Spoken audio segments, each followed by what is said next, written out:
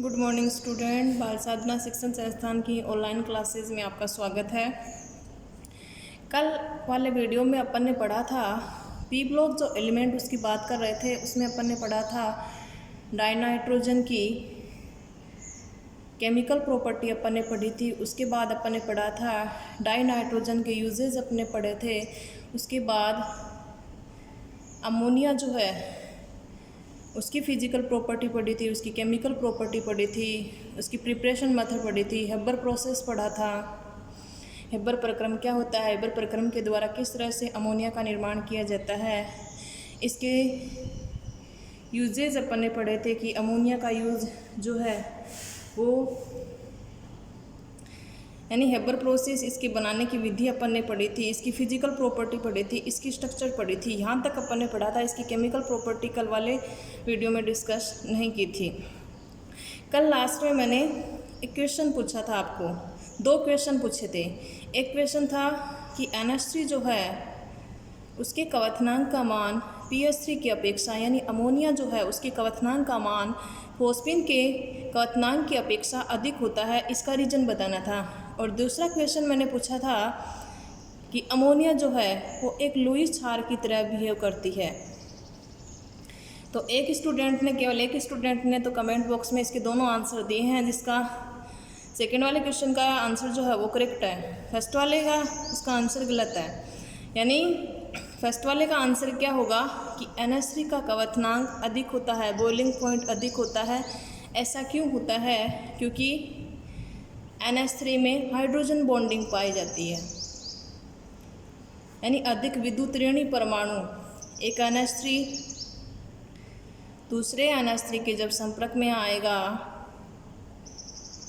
तो दो अधिक विद्युत ऋणी परमाणुओं के बीच में, अधिक विद्युत ऋणी परमाणु में ये तीन अपन याद करते हैं, यानी ट्रिक है फोन से याद कर लेते हैं, फ्लोरीन, ऑक्सीजन और नाइट्रोजन। इनके बीच में यदि हाइड्रोजन आ जाता है तो हाइड्रोजन बॉन्डिंग का निर्माण होता है। तो यानी NH3 में क्या पाई जाती है? हाइड्रोजन बॉन्डिंग पाई जाती है। और इसी हाइड्रोजन बॉन्डिंग की वजह से NH3 के बॉइलिंग पॉइंट का मान PH3 के बॉइलिंग पॉइंट के मान की अपेक्षा उच्च होता है, जबकि PH3 में हाइड्रोजन बॉन्डिंग नहीं पाई जाती। NH3 में हाइड्रोजन बॉन्डिंग पाए जाने के कारण उसके क्वथनांक का मान उच्च हो जाता है। यही था इसका आंसर। दूसरा क्वेश्चन जिसका आंसर है, यानी NH3 में नाइट्रोजन पर क्या पाए जाते हैं? लोन पेयर पाया जाता है, एक लोन पेयर के इलेक्ट्रॉन पाए जाते हैं। आकार छोटा है, इलेक्ट्रोनेगेटिविटी का मान उच्च है। तो आकार छोटा और इलेक्ट्रोनेगेटिविटी का मान उच्च होने के कारण ये लोन पेयर के इलेक्ट्रॉन जो है वो आसानी से क्या कर सकता है? दे सकता है। तो इस कारण यानी लोन पेयर के इलेक्ट्रॉन आसानी से डोनेट करने वाली स्पीसीज क्या होती हैं? लुईस क्षार होती हैं। और एक्सेप्ट करने वाली स्पीसीज क्या होती हैं? लुईस अम्ल होती हैं। तो इसी कारण अमोनिया जो है वो लुईस क्षार की तरह बिहेव करती है। ये तो था सेकेंड वाले का आंसर। और फर्स्ट वाले का आंसर NH3 में हाइड्रोजन बॉन्डिंग पाए जाने के कारण उसके बॉइलिंग पॉइंट का मान PH3 की अपेक्षा अधिक होता है। ठीक है, अब मैं बात करती हूँ यानी NH3 अमोनिया जो है उसका कल अपन ने प्रिपरेशन मेथड हेबर प्रोसेस देखा था, इसकी फिजिकल प्रॉपर्टी देखी थी, इसकी स्ट्रक्चर देखी थी, यानी जल में इसकी विलयशीलता, जल के साथ किस तरह से ये हाइड्रोजन बॉन्डिंग शो करती है, जिसके कारण इसकी घुलनशीलता सबसे अधिक होती है हाइड्राइडों में, 15 वर्ग के जो हाइड्राइड हैं। अब मैं बात करती हूँ आज अमोनिया जो है इसकी केमिकल प्रॉपर्टी के बारे में। केमिकल प्रॉपर्टी, रासायनिक गुण। पहले रासायनिक गुण की मैं बात करती हूँ कि NH3 जो है वो जल में यानी आसानी से डिजोल्व हो जाती है, कारण हाइड्रोजन बॉन्डिंग, जो कि कल मैंने फिजिकल प्रॉपर्टी में आपको स्ट्रक्चर बना के समझाई थी किस तरह से हाइड्रोजन बॉन्डिंग पाई जाती है नाइट्रोजन और ऑक्सीजन के बीच, किस प्रकार से हाइड्रोजन आ जाने के कारण। तो यानी ये जल में घुलनशील है, तो जल में घुलनशील है इसका मतलब ये जल के साथ क्रिया करती है, और क्रिया करके किसका फॉर्मेशन करती है? अमोनियम हाइड्रोक्साइड का फॉर्मेशन करती है, जिसमें कि आयनाइजेशन की कैपेसिटी जो कि आयनाइज्ड हो सकता है, अमोनियम आयन बनाता है और हाइड्रोक्साइड आयन बनाता है। अब ये जो NH3 है इसका जो जलीय विलयन है, यानी जल के अंदर जब NH3 को घोलेंगे तो जो विलयन बनेगा वो कौन सा होगा, उसका जलीय विलयन। इस जलीय विलयन की प्रकृति जो होती है वो प्रकृति होती है क्षारीय होती है। क्षारीय प्रकृति है, इसका अपन ने कैसे पता किया, यानी लिटमस टेस्ट करते हैं अपन। लिटमस एक लाल होता है और एक नीला होता है। अम्ल तो वे होते हैं जो नीले लिटमस पत्थर को क्या कर देते हैं, लाल कर देते हैं, और क्षार क्या होते हैं, जो लाल लिटमस पत्थर को क्या कर देते हैं, नीला कर देते हैं। तो इनका जो जलीय विलयन है वो लाल लिटमस पत्थर को क्या कर देता है, नीला कर देता है। तो इससे क्या निष्कर्ष निकलता है कि इसके जलीय विलयन की प्रकृति क्या होती है, क्षारीय होती है। अब मैं इसकी बात करूं कि यानी नाइट्रोजन NH3 जो है वो लुईस क्षार की तरह बिहेव करता है। इस पर जो लोन पेयर के इलेक्ट्रॉन पाए जाते हैं वो आसानी से दिए जा सकते हैं। आसानी से दिए जाने के कारण ये किस बंध का निर्माण कर लेता है, लोन पेयर के इलेक्ट्रॉन उपसह संयोजक बंध का निर्माण कर लेते हैं। तो लुईस अम्ल जैसे BF3 के साथ में जब इसकी क्रिया करवाई जाती है तो जो उत्पाद बनता है वो बनता है NH3, लोन पेयर के इलेक्ट्रॉन ये बनता है उपसह संयोजक बंध। बोरोन को इलेक्ट्रॉन दिए जाते हैं क्योंकि ये क्या है, लुईस अम्ल, और ये क्या है, लुईस क्षार। क्षार द्वारा लोन पेयर के इलेक्ट्रॉन दिए जाते हैं और अपना स्टक पूरित कर लिया जाता है, और लुईस अम्ल में इलेक्ट्रॉन, लोन पेयर के इलेक्ट्रॉन है वो एक्सेप्ट किए जाते हैं, फिर अपना स्टक पूरित कर लिया जाता है। तो स्थायी उत्पाद ये प्राप्त होता है, और इनके मध्य नाइट्रोजन और बोरोन के मध्य जो बॉन्ड बनता है वो बॉन्ड कहलाता है उपसह संयोजक बंध। अब मैं बात करती हूँ कि NH3 जो है ये प्रबल अम्ल जैसे HCl, 11th क्लास में मैंने आपको बताया था प्रबल अम्ल क्या होते हैं, प्रबल क्षार क्या होते हैं, दुर्बल अम्ल क्या होते हैं और दुर्बल क्षार क्या होते हैं। इनऑर्गेनिक केमिस्ट्री में लास्ट वाले 7 चैप्टर में प्रबल अम्ल जैसे HCl, दुर्बल अम्ल जैसे एसिटिक एसिड, इनके साथ जब क्रिया करवाई जाती है तो ये लवण का निर्माण कर लेती है। यानी अमोनिया प्रबल अम्ल HCl के साथ क्रिया करवाएंगे, दुर्बल अम्ल एसिटिक एसिड के साथ क्रिया करवाएंगे। अम्ल इसकी प्रकृति होती है क्षारीय, इसके साथ अम्ल और क्षार आपस में क्रिया करेंगे, किसका निर्माण होगा, साल्ट का फॉर्मेशन होगा। तो कौन सा साल्ट बनेगा यहाँ पर, NH3 जब HCl के साथ क्रिया करेगा तो अमोनियम क्लोराइड साल्ट का फॉर्मेशन हो जाता है, और एसिटिक एसिड के साथ जब अमोनिया की क्रिया करवाई जाती है तो किसका फॉर्मेशन हो जाता है, अमोनियम एसीटेट का निर्माण हो जाता है, जो कि क्या है, साल्ट है। अब मैं बात करती हूँ यानी प्रबल अम्ल और दुर्बल क्षार के साथ में तो ये क्रिया करके क्या बनाता है, साल्ट का फॉर्मेशन करता है। अब डी ब्लॉक के तत्वों की बात करती हूँ कि डी ब्लॉक के तत्व उनके आयन जैसे सिल्वर Ag+ है, कॉपर है, कैडमियम +2 है, इन आयनों के साथ में क्रिया करके ये क्या बनाता है, कॉम्प्लेक्स का फॉर्मेशन करता है, संकुल का निर्माण करता है। संकुल का निर्माण कैसे, जैसे सिल्वर के साथ क्रिया करेगा NH3 तो इस स्थिति में ये बनाता है AgNH3(2), इस कॉम्प्लेक्स का फॉर्मेशन करता है। तो इस कॉम्प्लेक्स का फॉर्मेशन जब ये करेगा तो इसका यानी इसका नाम क्या होगा, तो इसका यानी नाम जो है, पहले अपन ये कोऑर्डिनेशन कंपाउंड वाला उपसह संयोजक यौगिक वाला जो चैप्टर है इसमें अपन डिस्कस करेंगे। यानी पहले लिगेंड का नाम लिखा जाता है, लिगेंड यदि एक से ज़्यादा है, लिगेंड क्या होते हैं, केंद्रीय परमाणु क्या होता है, समन्वय मंडल क्या होता है, ये सारी बातें अपन वहाँ पे डिस्कस करेंगे। तो वहाँ पर आपको बता दिया जाएगा, सारे रूल बताए जाएंगे कि ये संकुल या उपसह संयोजक यौगिक जो होते हैं इनके नाम IUPAC नाम कैसे लिखे जाते हैं। तो यहाँ इसका जो नाम होगा, पहले लिगेंड जो है NH3 का नाम होता है एमीन, तो इसका नाम हो जाएगा डाईअमीन सिल्वर फर्स्ट आयन। इसी प्रकार कॉपर 2+ या कॉपर +1 के साथ अपन इसकी क्रिया करवाएंगे तो किसका फॉर्मेशन हो जाएगा? NH3 2+, यानी +2 में लेंगे तो +2 वाले कॉम्प्लेक्स का फॉर्मेशन हो जाएगा, +1 में लेंगे तो +1 वाले कॉम्प्लेक्स का फॉर्मेशन हो जाएगा। तो यानी यहाँ इसका नाम क्या हो जाएगा? इसका नाम हो जाएगा टेट्राअमीन कॉपर। किस ऑक्सीडेशन स्टेट में? सेकेंड में। इसकी रोमन संख्या में लिखेंगे सेकेंड आयन। तो ये हो जाएगा इसका IUPAC नाम हो जाएगा। अब मैं बात करती हूँ, यानी ये अमोनिया जो है दुर्बल क्षार किस रूप में पाई जाती है? दुर्बल क्षार यानी जल के साथ में क्रिया करके किसका फॉर्मेशन करती है? अमोनियम हाइड्रोक्साइड का फॉर्मेशन करती है, जो कि क्या है? एक दुर्बल क्षार है। ये दुर्बल क्षार जो है वो धातु लवणों के साथ में क्रिया करता है। धातु लवण मतलब डी ब्लॉक की धातु है जिंक, तो ये उसका साल्ट हो जाएगा जिंक सल्फेट। आयरन क्लोराइड, ये भी डी ब्लॉक की धातु, उसका साल्ट है। उसके साथ जब क्रिया करवाते हैं तो ये अवक्षेप का फॉर्मेशन करता है। अवक्षेप का फॉर्मेशन यानी यहाँ किसका फॉर्मेशन हो जाएगा? जिंक हाइड्रोक्साइड का अवक्षेप प्राप्त हो जाएगा प्लस अमोनियम सल्फेट का फॉर्मेशन हो जाता है।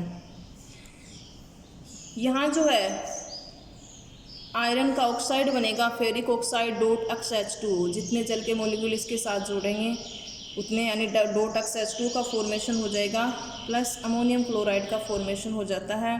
यानी ये PPT प्राप्त होती है, ये अवक्षेप प्राप्त होता है जब दुर्बल क्षार के रूप में ये डी ब्लॉक के धातुओं के साल्ट के साथ में जब क्रिया करता है अमोनियम हाइड्रोक्साइड, तो ये PPT का फॉर्मेशन करता है। ये PPT जो होती है वो ब्राउन कलर की PPT होती है, भूरा अवक्षेप होता है, और साथ में अमोनियम साल्ट का फॉर्मेशन होता है, अमोनियम क्लोराइड और अमोनियम सल्फेट।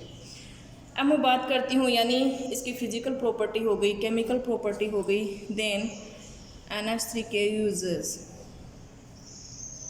यानी अमोनिया का उपयोग जो है वो कहाँ कहाँ किया जाता है? एक तो अमोनिया का उपयोग जो है वो नाइट्रिक अम्ल और सोडियम कार्बोनेट के निर्माण में किया जाता है। अगले उपयोग की बात करें तो एक प्रयोगशाला में अभिकर्मक के रूप में प्रयुक्त की जाती है। अगले उपयोग की यदि मैं बात करूं कि द्रव अमोनिया जो होती है वो प्रशीतक के रूप में, यानी शीत भंडारण जो होते हैं, शीत भंडारण गृह जो होते हैं उनमें प्रशीतक के रूप में यूज़ में ली जाती है। तो ये हो गए अमोनिया के uses, chemical property, physical property and then उसके यूजेज। अब मैं बात करती हूँ नाइट्रोजन के। अपन ने जो ऑक्साइड देखे थे, यानी नाइट्रोजन जो है इसका आकार छोटा और विद्युत ऋणात्मकता का मान उच्च होने के कारण ऑक्सीजन जिसका कि आकार छोटा है और उसकी विद्युत ऋणात्मकता का मान भी क्या है? उच्च है। तो इस कारण नाइट्रोजन ऑक्सीजन के साथ क्या करता है? बहुआबंध बनाने की कैपेसिटी रखता है। तो इसी कारण नाइट्रोजन जो है +1 ऑक्सीडेशन स्टेट से +5 ऑक्सीडेशन स्टेट तक ऑक्सीजन के साथ क्या बनाता है? ऑक्साइड बनाता है। इन ऑक्साइडों का अपन ने देखा था, ऑक्सीडेशन स्टेट देखा था कि इनका ऑक्सीडेशन स्टेट क्या होता है, कौन कौन से नाइट्रोजन ऑक्साइड का फॉर्मेशन करता है। वैसे नाइट्रोजन की अधिकतम सहसंयोजकता 4 होती है, लेकिन ये ऑक्साइडों में इसका ऑक्सीडेशन स्टेट +1 से +5 होता है, जिसका रीजन होता है ऑक्सीजन का भी आकार छोटा और विद्युत ऋणात्मकता उच्च होने के कारण नाइट्रोजन की ऑक्सीजन के साथ बहुआबंध बनाने की प्रवृत्ति p-pi बॉन्डिंग पाई जाती है। इस कारण ये +1 ऑक्सीडेशन स्टेट से +5 ऑक्सीडेशन स्टेट वाले क्या बनाता है? ऑक्साइड बनाता है।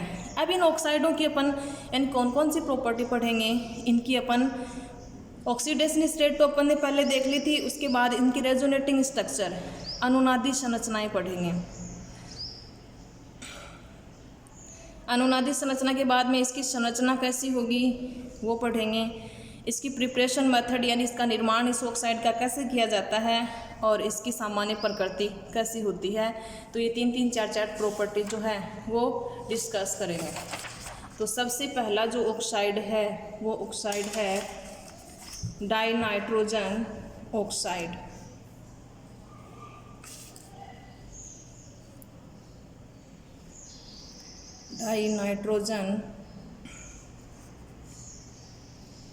डाइनाइट्रोजन ऑक्साइड N2O जिसका फॉर्मूला होता है, और इसका दूसरा जो नाम होता है वो होता है नाइट्रस ऑक्साइड। और इस नाइट्रस ऑक्साइड को हंसाने वाली गैस भी कहा जाता है। हंसाने वाली गैस भी कहा जाता है। अब मैं फर्स्ट प्रॉपर्टी की बात करूं यानी ऑक्सीडेशन स्टेट, तो N2O में नाइट्रोजन का ऑक्सीडेशन स्टेट क्या होगा, +1 होता है। अगली प्रॉपर्टी की बात करूं इसकी रेजोनेटिंग स्ट्रक्चर, अनुनादी संरचनाएं। अनुनादी संरचनाएं क्या होती हैं, अनुनादी संरचनाएं बनाते समय किन किन बातों का ध्यान रखा जाता है, ये अपन ने पढ़ा था 11th क्लास में। यानी अनुनादी संरचनाएं जब किसी यौगिक या अणु की एक से अधिक संरचनाएं होती हैं जो कि एक दूसरे में अंतर परिवर्तित होती रहती हैं, क्या कहलाती हैं, अनुनादी संरचनाएं कहलाती हैं। अनुनादी संरचनाएं बनाते समय एक तो अपन जो एटम, जो परमाणु जिस संरचना में जहाँ स्थित है, पहले वाली संरचना में जहाँ था दूसरे वाली संरचना में भी वहीं रहेगा, तीसरे वाली संरचना में भी वहीं रहेगा। यानी इलेक्ट्रॉन की स्थिति चेंज हो सकती है, एटम की स्थिति चेंज नहीं होगी। एटम जो जहाँ है उसकी पोजीशन वहीं रहेगी। न अगले वाले अनुनादी संरचना में एटम कम होंगे न ज़्यादा होंगे, जितने परमाणु हैं उस अनुनादी संरचना में उतने ही अगले वाले स्ट्रक्चर में होंगे। तो कई सारी बातें अपन ने 11th क्लास में डिस्कस की थी। अब मैं बात करती हूँ नाइट्रस ऑक्साइड की अनुनादी संरचना की, यानी इसकी अनुनादी संरचनाएं नाइट्रोजन, 2 नाइट्रोजन और 1 ऑक्सीजन। तो एक नाइट्रोजन बाह्यतम कोश में कितने इलेक्ट्रॉन होते हैं, 5। इसके कितने हैं, 5, और इसके कितने हैं, 6। तो नाइट्रोजन तो अधिकतम तो वैसे 3 बंध बनाती है, एक लोन पेयर का इलेक्ट्रॉन इसके ऊपर शेष रह जाता है। संयोजी कोश में इलेक्ट्रॉन की संख्या इस तरह से 5। ऑक्सीजन है वो अधिकतम 2 बंध बनाती है। तो ये हो गए ऑक्सीजन के 2, 2 4, 2 6 इलेक्ट्रॉन, संयोजी कोश में इलेक्ट्रॉन की संख्या। नाइट्रोजन की यदि बात करूँ तो कितने हैं, 2, 2 4। और अनुनादी संरचना बनाते समय ये संयोजी कोश के इलेक्ट्रॉन से यदि एक इलेक्ट्रॉन ज़्यादा हो जाता है तो इस एटम पर क्या आ जाता है, नेगेटिव चार्ज। जितने ज़्यादा इलेक्ट्रॉन होंगे उतना ही नेगेटिव, और जितने इलेक्ट्रॉन कम होंगे तो उतना ही क्या आ जाएगा, उसके ऊपर पॉजिटिव लिख देते हैं अपन। तो यानी इसकी जो संरचना होगी,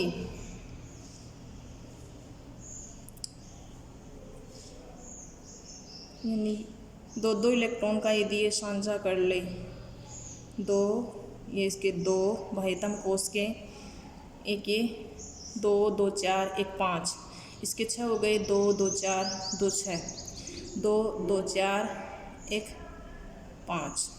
अब ये वाला इलेक्ट्रॉन यदि यहाँ आ जाए इस तरह से, ये कितने हो गए, 5 हो गए। अब देखिए इसके तो 6 है इलेक्ट्रॉन, इसके ऊपर तो कोई चार्ज नहीं आएगा। 1 2 3 4 5 6, एक बंध में होते हैं 2 इलेक्ट्रॉन, एक इसका और एक इसका। 1 2 3 4, कितने इलेक्ट्रॉन की कमी है इसके पास, 1 इलेक्ट्रॉन की कमी है। तो यानी इसके ऊपर कितना आ गया, +1 चार्ज आ जाएगा। यहाँ कितने हैं, 1 2 3 4 5 6, संयोजी कोश में 5 इलेक्ट्रॉन होते हैं लेकिन हैं कितने, 6 हैं, एक ज़्यादा है। तो इसके ऊपर कितना माइनस आ जाएगा, -1 आ जाएगा। अब ये जो स्ट्रक्चर है इससे मैं दूसरी वाली स्ट्रक्चर कैसे बना सकती हूँ, यानी ये इलेक्ट्रॉन जो हैं यदि इधर मूव कर दूँ, मैं 2 इलेक्ट्रॉन इधर मूव कर दूँ तो यहाँ क्या बन जाएगा, ट्रिपल बॉन्ड बन जाएगा। ये बॉन्ड बनाते ही नाइट्रोजन 5 बॉन्ड बनाता नहीं है, क्योंकि ये बॉन्ड बनेगा तो कितने बॉन्ड हो जाएंगे, 1 2 3 4 5। तो ये वाले इलेक्ट्रॉन कहाँ मूव हो जाएंगे, ऑक्सीजन के ऊपर मूव हो जाएंगे। तो यानी यहाँ पर अगली वाली जो स्ट्रक्चर बनेगी वो क्या बनेगी, 3 बॉन्ड बना दिए। अब देखिए ये वाली स्ट्रक्चर हो जाएगी। अब देखिए 1 2 3 4 5, इसके भाइतम कोष में तो कितने हैं, 5 हैं, न पॉजिटिव चार्ज न नेगेटिव। इसके देखिए 1 2 3 4, कितने इलेक्ट्रॉन की कमी है, 1 की, तो कितना आ जाएगा पॉजिटिव। यहाँ पर कितने हो जाएंगे, 1 2 3 4 5 6 कैसे हुए, 1 2 3 4 तो पहले थे और ये बंद के इलेक्ट्रॉन इधर मूव हो जाएंगे तो 2 कितने हो गए, 6 हो गए। तो 6 तो ये हो गए, एक ये 7, यानी होते 6 हैं, कितने हो रहे हैं, 7, तो कितना चार्ज आ गया, माइनस का चार्ज आ जाता है। तो इस तरह से अपन बाकी के आगे के जो ऑक्साइड हैं उनकी अनुनादी संरचनाएं भी ऐसे ही बनाएंगे। संयोजी कोष के इलेक्ट्रॉन काउंट कर लेंगे। बंद बनाने के पश्चात यदि इलेक्ट्रॉन ज़्यादा आते हैं तो उतना उसके ऊपर पॉजिटिव लगा देंगे और जितना कम आता है उतना, और यदि ज़्यादा आता है तो उतना नेगेटिव चार्ज आ जाएगा और यदि कम आता है तो उतना क्या आ जाएगा, पॉजिटिव चार्ज आ जाएगा, जितने इलेक्ट्रॉन कम होते हैं। अब मैं इसकी संरचना की बात करती हूँ कि N2O की स्ट्रक्चर किस प्रकार की होती है। स्ट्रक्चर की बात करूँ तो इसकी स्ट्रक्चर जो होती है वो होती है लीनियर होती है, रेखीय होती है। एक रेखा में 2 नाइट्रोजन और 1 ऑक्सीजन स्थित होते हैं। अब मैं बात करती हूँ इसकी प्रिपरेशन मेथड की, बनाने की विधि।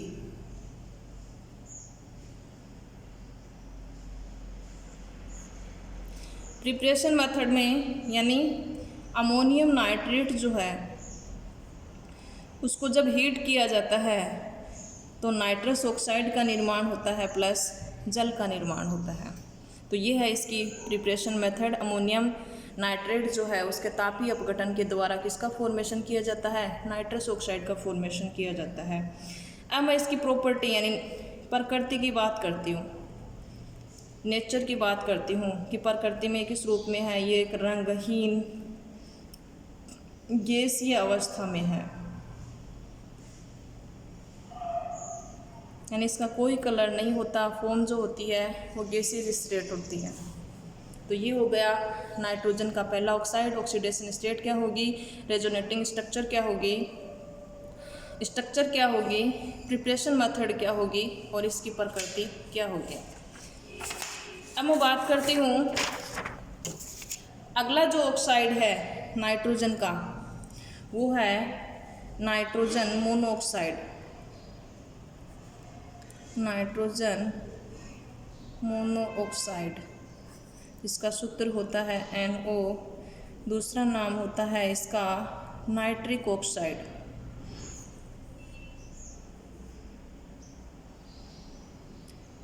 नाइट्रिक ऑक्साइड, नाइट्रिक ऑक्साइड की यदि ऑक्सीडेशन स्टेट की बात करूं तो इसमें नाइट्रोजन का ऑक्सीडेशन स्टेट क्या है, +2। अब मैं बात करती हूँ इसको रेजोनेटिंग स्ट्रक्चर की, यानी अनुनादी संरचनाएं। अनुनादी संरचनाएं किस प्रकार की होती हैं, यानी नाइट्रोजन भारितम कोष में कितने, वही 5 इलेक्ट्रॉन, ऑक्सीजन के भारितम कोष में 6 इलेक्ट्रॉन रीअरेंज कर लेंगे। जिसके पास संयोजी कोष से यदि ज़्यादा इलेक्ट्रॉन आ जाते हैं तो उतना नेगेटिव चार्ज, कम आते हैं तो उतना पॉजिटिव चार्ज आ जाएगा। तो देखिए 1 2 3 4 5 6, 1 2 3 4 5। अगली स्ट्रक्चर किस तरह से बना सकते हैं, यानी इस तरह से बना सकते हैं 1 2 3 4 5 1 2 1 2 3 4 5, यानी टोटल इलेक्ट्रॉन कितने हो गए, 1 2 3 4 5 6 7 8 9 10 11 ही तो हैं, 6 इसके और 5 इसके। ऐसे ही बना सकते हैं, ऐसे ही बना सकते हैं। लेकिन अब चार्ज किस पे पॉजिटिव होगा, किस पे नेगेटिव होगा, तो यानी ये वाली स्ट्रक्चर भी बना सकते हैं अपन 1 2 3 4 5 1 2 3 4, यानी टोटल कितने करने हैं, 11 करने हैं। 1 2 3 4 5 6 7 8 9 10 और 11।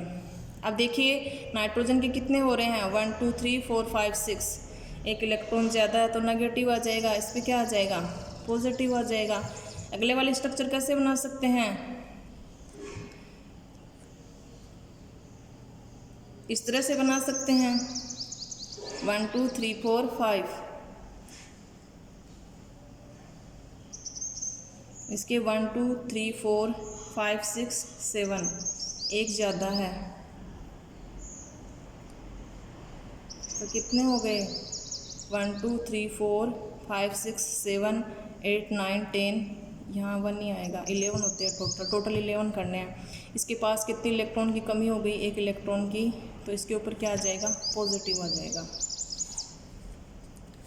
तो ये हो जाएंगे इसकी अनुनादी संरचनाएं, यानी इलेक्ट्रॉन को रीअरेंज करना है। टोटल इलेक्ट्रॉन जो है वो 11 होने चाहिए, बाकी ये काउंट करके अपन जिसके संयोजी कोष में जहाँ इलेक्ट्रॉन कम हो रहे हैं वहाँ उतना पॉजिटिव आ जाएगा और जहाँ जितने ज़्यादा हो रहे हैं उतना नेगेटिव आ जाएगा। अब मैं बात करती हूँ इसकी स्ट्रक्चर की, यानी इसकी संरचना किस तरह की होगी।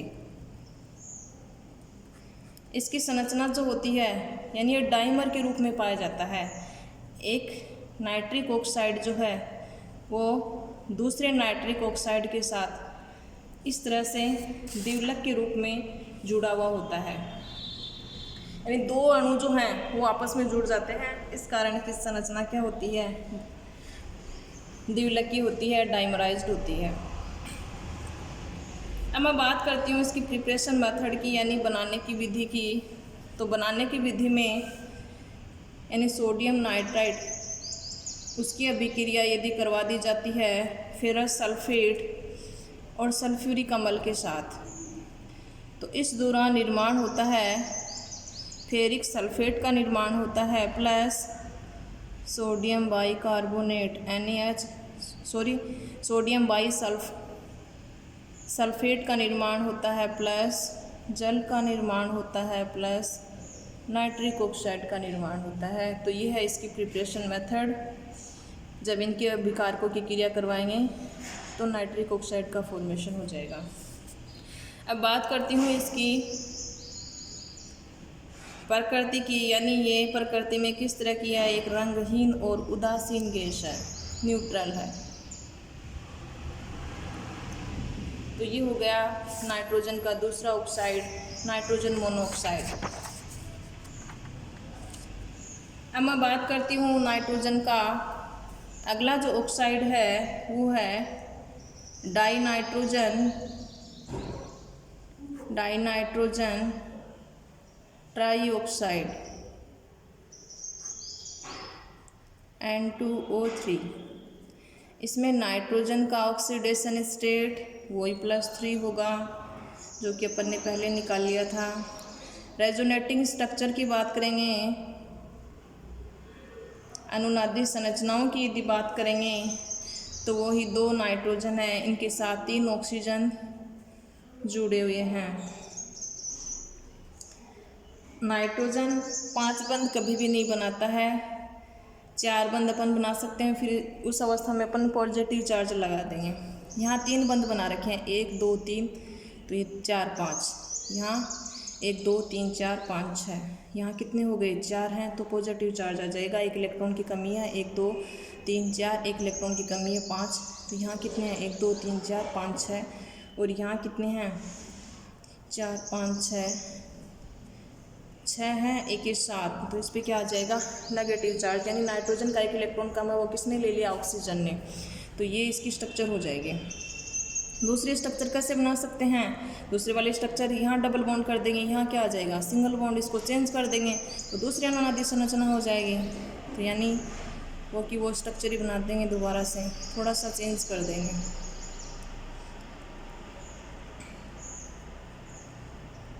ऐसे भी हो सकती है, कोई ज़रूरी थोड़ी है इस वाला ऑक्सीजन जो है वो डबल बॉन्ड का निर्माण करे, ये वाला सिंगल बॉन्ड का निर्माण कर सकता है, ये इलेक्ट्रॉन ले सकता है, इस पर नेगेटिव आ सकता है, तो ये वाली स्ट्रक्चर भी हो सकती है। तो ये दोनों क्या हो जाएंगी इसकी अनुनादी संरचनाएं। बात करती हूँ इसकी स्ट्रक्चर की, यानी स्ट्रक्चर किस प्रकार की होती है, स्ट्रक्चर होती है समतलीय, यानी एक प्लेन में होती है इसकी समतलीय। अब मैं बात करती हूँ इसकी प्रिपरेशन मेथड की, यानी बनाने की विधि की। तो नाइट्रिक ऑक्साइड जो है NO, ये डाइनाइट्रोजन टेट्रा ऑक्साइड, इसके साथ लगभग ताप 250 केल्विन के ऊपर जब गर्म करते हैं तो नाइट्रोजन ट्राईऑक्साइड का निर्माण होता है। इसकी क्रिया इसके साथ करवाएंगे, किसका फॉर्मेशन हो गया, N2O3 का फॉर्मेशन हो गया। अब बात करती हूँ मैं इसकी प्रॉपर्टी की, यानी प्रकृति में किस रूप में पाया जाता है। तो प्रकृति में ये सॉलिड रूप में, कलर जो होता है वो इसका ब्लू होता है और अम्लीय होता है, यानी डाई नाइट्रोजन ट्राईऑक्साइड जो है ये प्रकृति में ठोस रूप में होता है, ब्लू होता है और अम्लीय होता है। अब मैं बात करती हूँ नाइट्रोजन का अगला ऑक्साइड जो कि है नाइट्रोजन डाइऑक्साइड।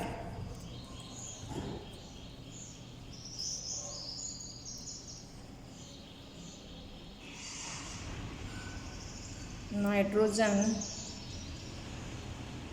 डाइऑक्साइड NO2, ये होता है इसका फॉर्मूला। फर्स्ट ऑफ ऑल अपन बात करेंगे ऑक्सीडेशन स्टेट की। तो ऑक्सीडेशन स्टेट नाइट्रोजन का होता है इसमें +4। अगली प्रॉपर्टी की बात करती हूँ अनुनादी संरचनाएं। अनुनादी संरचना में मैं इसकी स्ट्रक्चर बनाऊँ, सारे संयोजी कोष के इलेक्ट्रॉन काउंट कर लेंगे बॉन्ड बना के। जिसके ऊपर ज़्यादा है संयोजी कोष के उतना क्या आ जाएगा नेगेटिव, और जिसके ऊपर कम है उतना क्या आ जाएगा पॉजिटिव।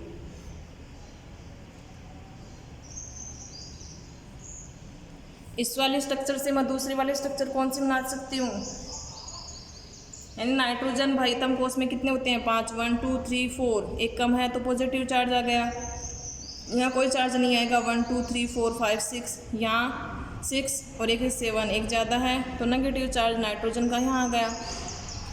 दूसरे वाले स्ट्रक्चर, यानी ज़रूरी थोड़ी है इस वाले ऑक्सीजन के साथ ये सिंगल बॉन्ड बनाए, इसके साथ डबल बॉन्ड, यहाँ डबल बॉन्ड इस वाले के साथ सिंगल बॉन्ड बना सकता है। तो दूसरे वाले स्ट्रक्चर अपन कौन सी बना सकते हैं, दूसरे वाले स्ट्रक्चर ये बना सकते हैं।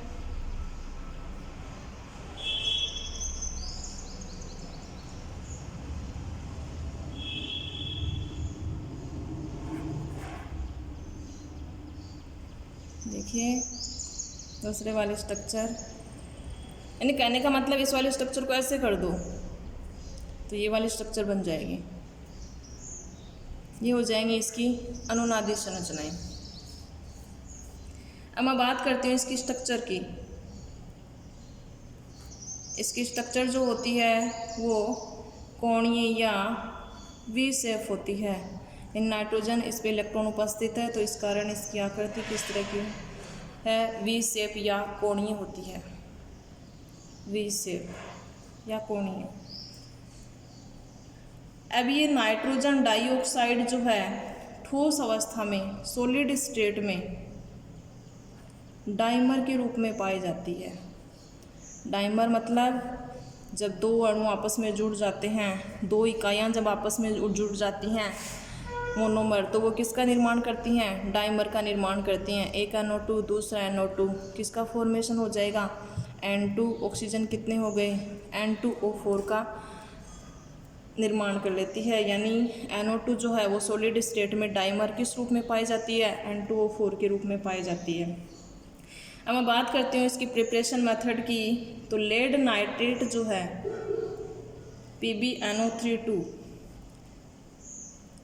ये अपघटित होकर के किसका निर्माण करता है, नाइट्रोजन डाइऑक्साइड का निर्माण करता है, प्लस लेड के ऑक्साइड का निर्माण करता है, प्लस डाइऑक्सीजन का निर्माण करता है, यानी ऑक्सीजन गैस बाहर निकल जाती है। प्रकृति की यदि इसकी बात करूं कि रूम टेम्परेचर पर ये भूरे रंग की गैस होती है, यानी ब्राउन कलर की गैस होती है। तो आज के वीडियो में इतना ही, थैंक यू। बाकी के ऑक्साइड कल वाले वीडियो में डिस्कस करेंगे। इस वाले टॉपिक में आपकी कोई समस्या है तो आप कमेंट बॉक्स में लिख के बताइएगा। नोट्स आपको बनाने हैं, यानी जब आप YouTube से वीडियो देखो तो उस टाइम आपको इसके डिस्क्रिप्शन बॉक्स में जा कर के देखना है, PDF का लिंक दिया हुआ, उस PDF के लिंक में से आपको यानी नोट्स जो हैं उनकी कॉपी दी हुई है, तो जो पेज दिए हुए हैं उनकी कॉपी दी हुई है, उन्हीं के आपको नोट्स अपनी कॉपी में बनाने, वही उतारने हैं।